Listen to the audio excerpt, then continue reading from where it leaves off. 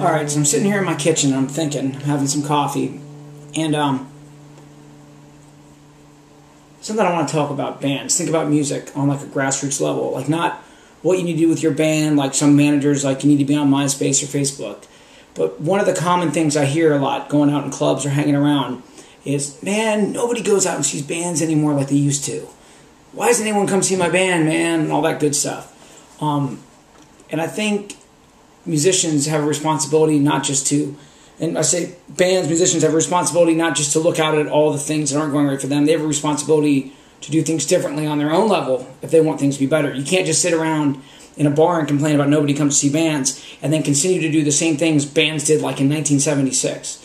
So here's what I'd say. And basically what we're looking at is people want to remember an experience. Like think about if someone goes to dinner at a restaurant.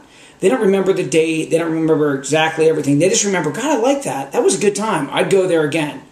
And what music runs into, and live music, is we got to give people a good, pleasant experience.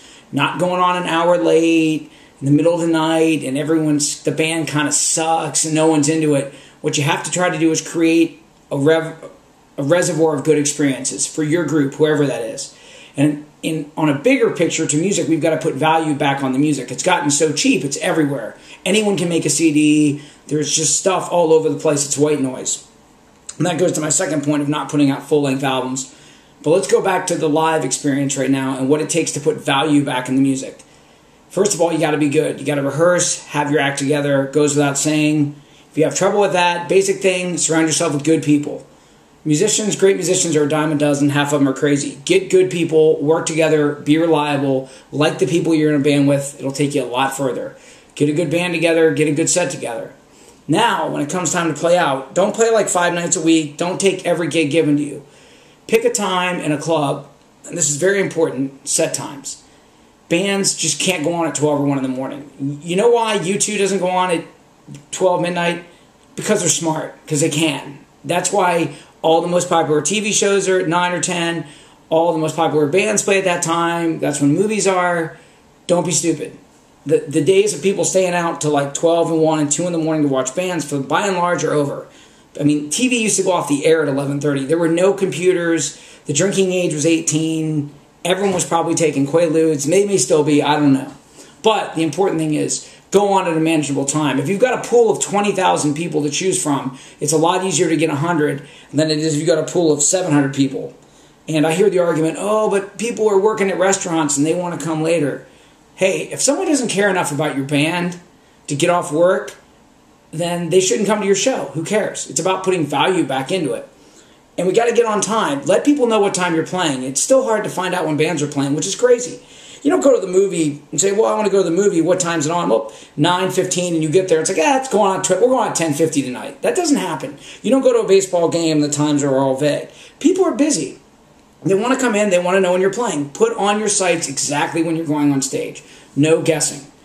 It's very important. And then as far as clubs that want you to play later, this or that, it's your responsibility as a band to play the time best for you. And if a club won't give you that time, don't play. Just don't do it. It's not worth it.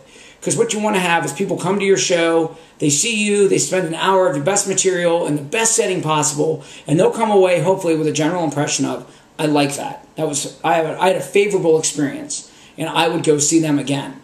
And then go back and practice. You don't have to play out all the time. You can rehearse or do different things. There's not much point in playing out a whole bunch of times. Once every couple months, I mean, you know, the Stones, R.E.M., Radiohead, whatever band, I don't know who everyone's listening to, they don't play 4 times a month in your town for a reason. It's too much. It's too tiring. So to summarize, get your set times on at a decent time. We've got to break out of this rut. If live music wants to compete with everything else, that's how it's got to be. Be good. Go on time at a good time. Have a good set together. Don't overplay. And I think if all the bands do that together, eventually you'll get more people going out and enjoying seeing live music as opposed to this kind of rut we've been in where it's just kind of half-assed going on late. Nobody has it together. There's that.